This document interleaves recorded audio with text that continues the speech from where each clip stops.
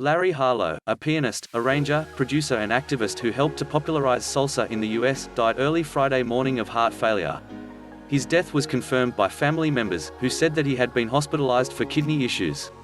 He was 82. Known affectionately to his fans and fellow musicians as El Judio Maravilloso, the Marvelous Jew, Harlow was the only non-Latino among the fabled stable of bandleaders on the Fania Records label. He was raised Lawrence Ira Kahn to a Brooklyn Jewish musical family, but earned his superlative by studying Afro Cuban music in Havana in the late 1950s, leaving just as the Cuban Revolution took over the country in 1959. In interviews, Harlow has said he was the first artist signed to Fania, a fledgling record company that would become a musical and cultural juggernaut of Afro-Caribbean dance music for almost 2 decades. Harlow was a multi-instrumentalist, having studied at the famed New York High School of Music and Arts, and his vast musical knowledge was called upon as he produced of over 250 albums for other artists, as well as 50 for his own Orquesta Harlow. Among his many firsts was his 1972 salsa opera, Hommy, patterned after The Who's popular rock opera, Tommy.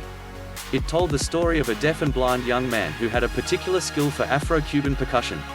The album is credited with reviving the career of Celia Cruz, whose performance on the track Gracia Divina catapulted her to worldwide stardom and icon status. Harlow staged 2 sold-out performances of Hommy at Carnegie Hall a year later, featuring many of the stars on the album. Lincoln Center mounted a revival of the work in 2014. In a 2009 interview with the Americas Society, Council of the Americas, Harlow explained how his becoming a santero in the Afro-Cuban spiritual tradition known as Santeria in 1975 laid to rest any consideration of his non-Latino status among his peers and fans. In fact, he fully embraced his bicultural existence when he named his 1975 album after the affectionate nickname he had already earned, El Judio Maravilloso. Among the hundreds of musicians Harlow produced or recorded with were his brother, multi-instrumentalist Andy Harlow, and the Fania All Stars, a superstar collection of the label's top bandleaders. Harlow was known for his prodigious jazz piano talent, and mixing that prowess with Afro-Caribbean tradition became his musical calling card.